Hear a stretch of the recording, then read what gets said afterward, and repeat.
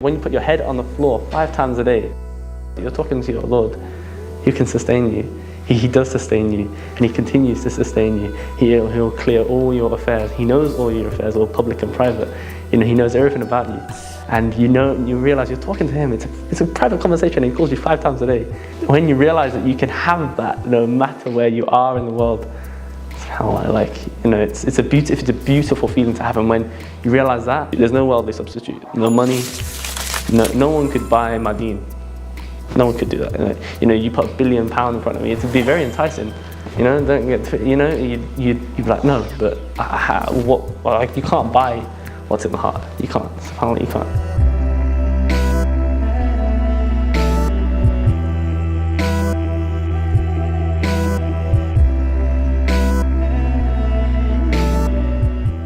My name is Ollie. I am what's called a HGV apprentice, working for DPD at the minute. I am 21 years old and I embraced Islam just over 13 months ago. Like I say, I'm a HGV apprentice. Hopefully that's my career. I've been in and out of a few jobs the past couple of years, trying to find something that's been really for me, fitting around my life and so on. And be honest, within regards to actual jobs, the reason I've changed is because of Islam.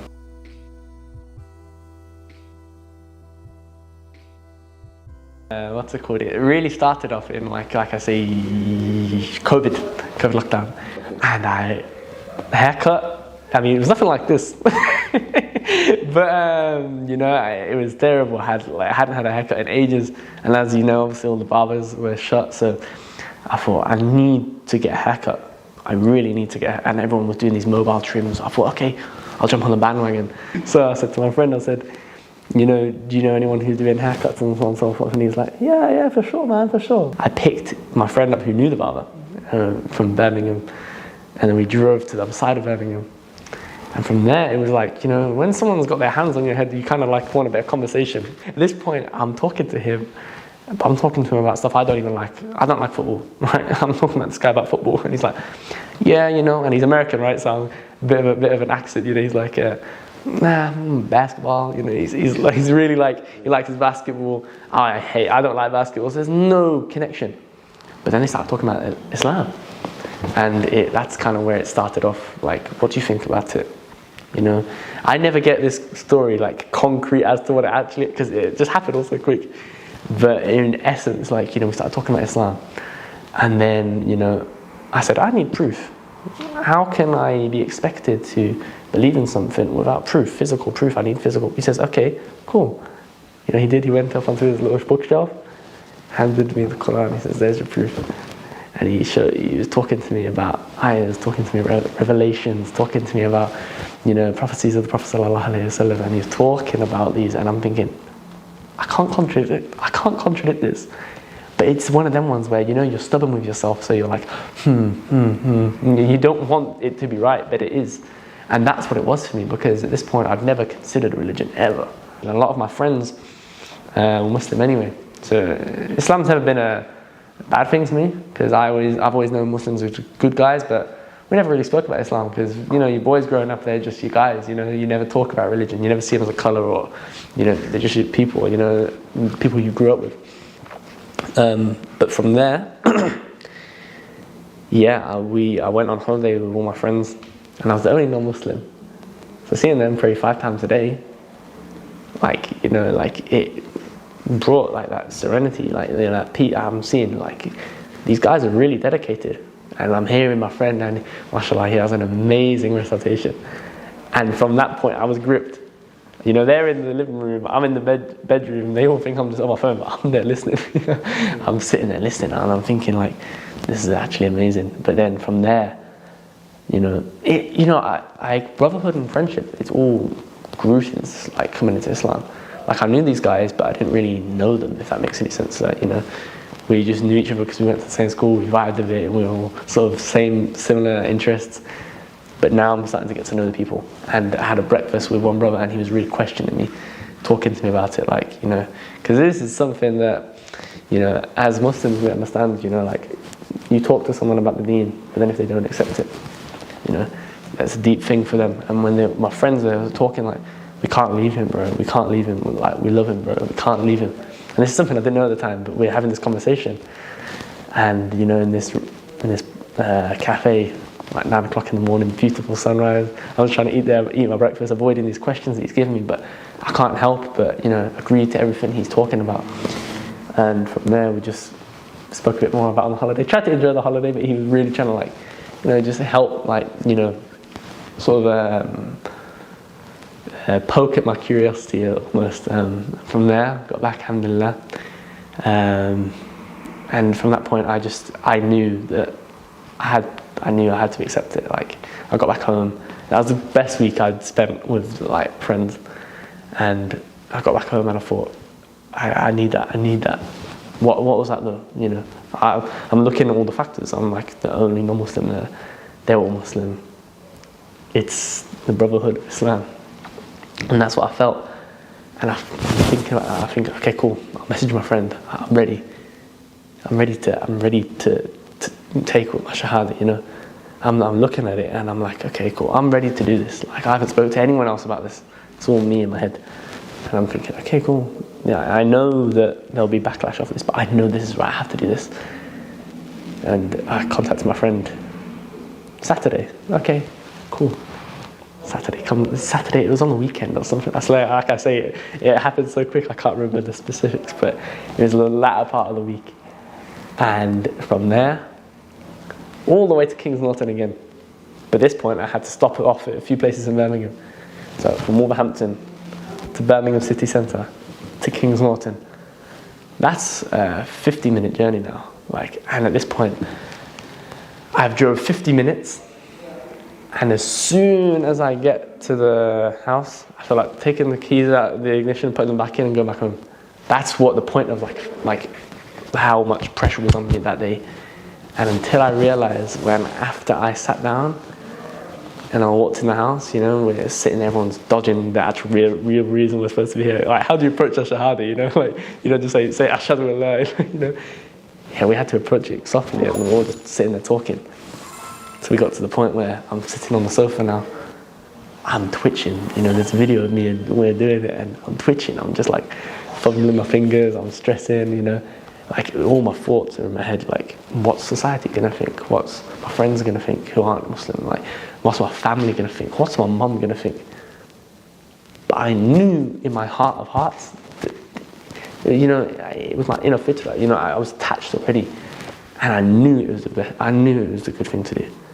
And as soon as I said, ashhadu an la ilaha illallah, ashhadu anna Muhammadan Rasulullah, and then I said it in English, subhanAllah, from that point, I just, a whole load of weight came off my chest. Immense, like a ton of, like, imagine a ton of bricks. Like, you can't even, like, all of us came over, hugged me, you know, like, just give me love. And it's like, from that point on, I knew that I'd entered the right thing. I knew that any, you know, doubts, any problems, I knew that, like, it being in my mind, I knew it was all false. And I knew that I accepted the right thing because it was attached to my heart. And I knew I was sound in the mind, you know, I'm not, you know, I wasn't just going to dive into something I didn't have any clue about. I really, really, like, knew that this was, like, it was meant for me, subhanAllah. You know, and no other way would it have been, you know, the qadr of Allah is something amazing.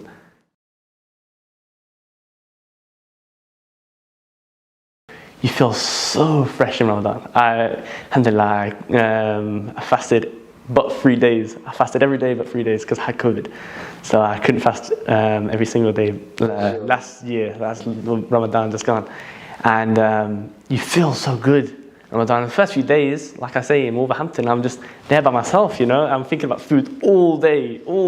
I even went to the shop, I bought loads of food, thinking I'd eat all of it, breaking my fast, spoonful. When you're there, okay, I'm happy there, but why can't I be happy at home? You know, I was also thinking that I'm thinking, this, you know, waking up every morning for Fajr with the adhan as my alarm, not dun, dun, dun, dun, dun, you know what I mean? Like a, you know, and really living, you know, and like praying all my 5 salah in the masjid, not at home, not in the the meeting room at work, or I was living the way we're supposed to live, the way it's been revealed to us 1400 years ago, subhanAllah, and a clear revelation, subhanAllah. So like when you're really living like that, I'm like, okay, cool. It's only my environment that's changed, I can still pray 5 times a day at home. I can still pray 5 times a day at work. It doesn't matter, my environment's changed, not my circumstance hasn't changed. I'm still a Muslim. It's a mindset, It's what's in your heart, it's what's in your head. Like, it shouldn't change around who you're around.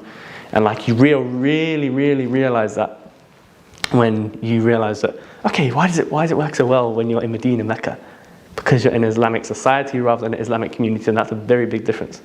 And we live in a non-Muslim country, and that's the predicament we're in. But that shouldn't change our faith, shouldn't change our strength of belief, When you put your head on the floor 5 times a day, you're talking to your Lord, who can sustain you. He does sustain you, and He continues to sustain you. He'll clear all your affairs. He knows all your affairs, all public and private. He knows everything about you. And you realize you're talking to Him. It's a private conversation, and He calls you 5 times a day. When you realize that you can have that no matter where you are in the world, it's a beautiful feeling to have. And when you realize that, there's no worldly substitute, no money, no one could buy my deen. No one could do that. You put £1 billion in front of me, it'd be very enticing. You'd be like, no, but you can't buy what's in the heart. You can't. SubhanAllah, you can't.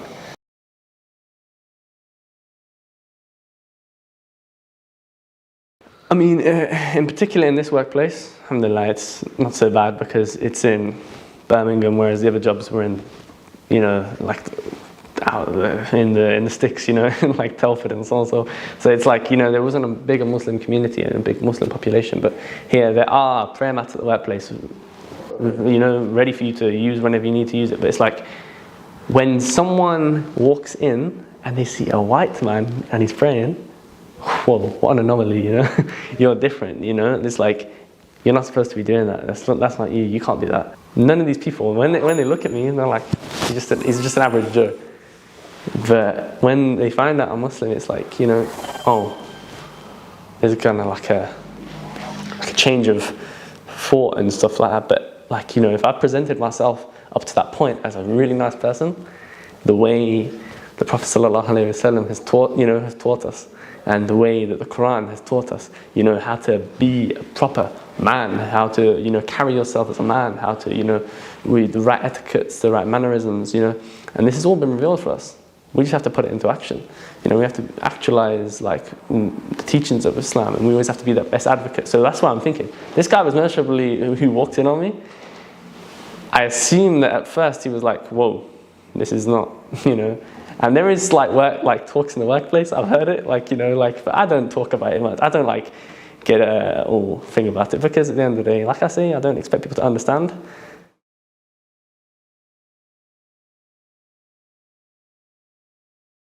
I was reading a book actually, the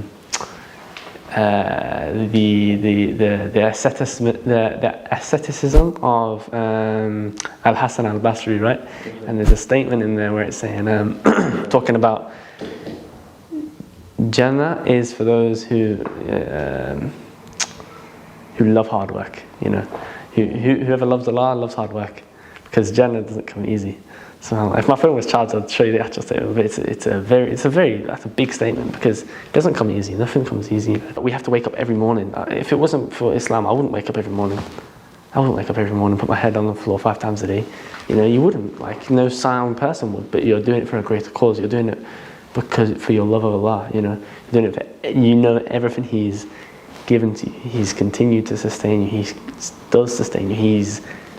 If it wasn't for Him, we're only here because of His existence. So that answers the whole point of, it's like my certainty and faith. If I'm here, I'm only here because of His existence. So I'm it's gratitude, a whole lot of gratitude. It comes with religion, and adopting new faith, new way of life, and some people who I haven't spoken to in a while, they're mostly see me now like, damn, you've changed a lot, man. You've changed. But you know, I know that I've changed for the better. You know, it's and obviously like not a lot of people understand that. You know, it's like, oh, it's a flex, or you know, it's something that it's a big thing to do. But you know, Islam comes to whoever. Allah guides whom He wills. You know, and me and my mum are very, very close. Alhamdulillah, I've got an amazing bond with my mum. And you know, may Allah preserve that relationship, because it's not unlike no other, you know. Like I say, with me growing up with my mum being a single parent, you know, like I've had to look up to her, you know, like she's been a big role model in my life. Alhamdulillah, you know, may Allah preserve her. And you know, like I know my mum very well. So like when the house was quiet and I knew she was quiet, I knew something was up. So I said, Mom, you know, where is she? Like I went upstairs, spoke to her, and she's like, you know, it was all very off, you know. She says, I've got a question for you. You know, are you Muslim? And I was like, yeah. Again, I'm not gonna lie. Up front, I told her, yeah, you know, I'm Muslim. And from that point on, it was just stale, you know, it was just dead. Like no one was talking, and that's a very hard thing for me, because at that point, I love my mum. But at the same time, I love Islam. What do I do in this predicament? You know, like I'm not going to argue. I'm not going to, you know, because even the Quran teaching, you know, how to treat your parents. You know, your mother comes 3 times before your father. You know, subhanallah, like your mum was mentioned 3 times before your father. You know, and subhanallah, and my mother being like my main role model in my life. You know, subhanallah, like me and her are very attached. So not talking to her is a very big thing. And then before, you know, like I must have went off or something like that, and come back that same evening, and subhanallah, like the whole family knew.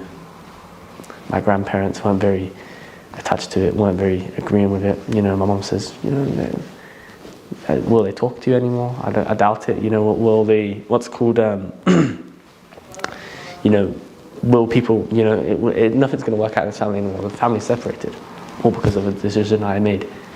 And I'm thinking about that, and I'm thinking, like, you know, it's a hard decision for me. It's a conflict. It's a big conflict too, you know. And I'm just like, okay, cool. So I'm really just working hard to like show everyone what this Islam is. And that ever since I entered the Deen on the 27th of November, that's been my main mission. Because obviously, like with people who I love and they love me, but you know, not talking anymore because of a decision I made, it's very hard, you know. But it comes to that point where like now I've changed it so much that Islam's not taboo anymore. My mum's saying stuff like, oh, inshallah, I'll do that later. You know, she says little remarks like this. SubhanAllah, yeah. And I'm like, I really like, it's really less of like a down subject now. It's like, oh, Ollie's Muslim. I'm unapologetically Muslim. Like I will walk in a phobe in the middle of Wolverhampton. Wolverhampton, if you know it or not, it's a dead town. You know, it is like, you know, it's one way or the other, you know. And I'm proud of who I am. I'm proud of Muslim. I'm proud to be a Muslim, you know. And like, that's one thing I'd say to anyone. Like, it's like, if you know Islam to be the right thing, it's follow your heart.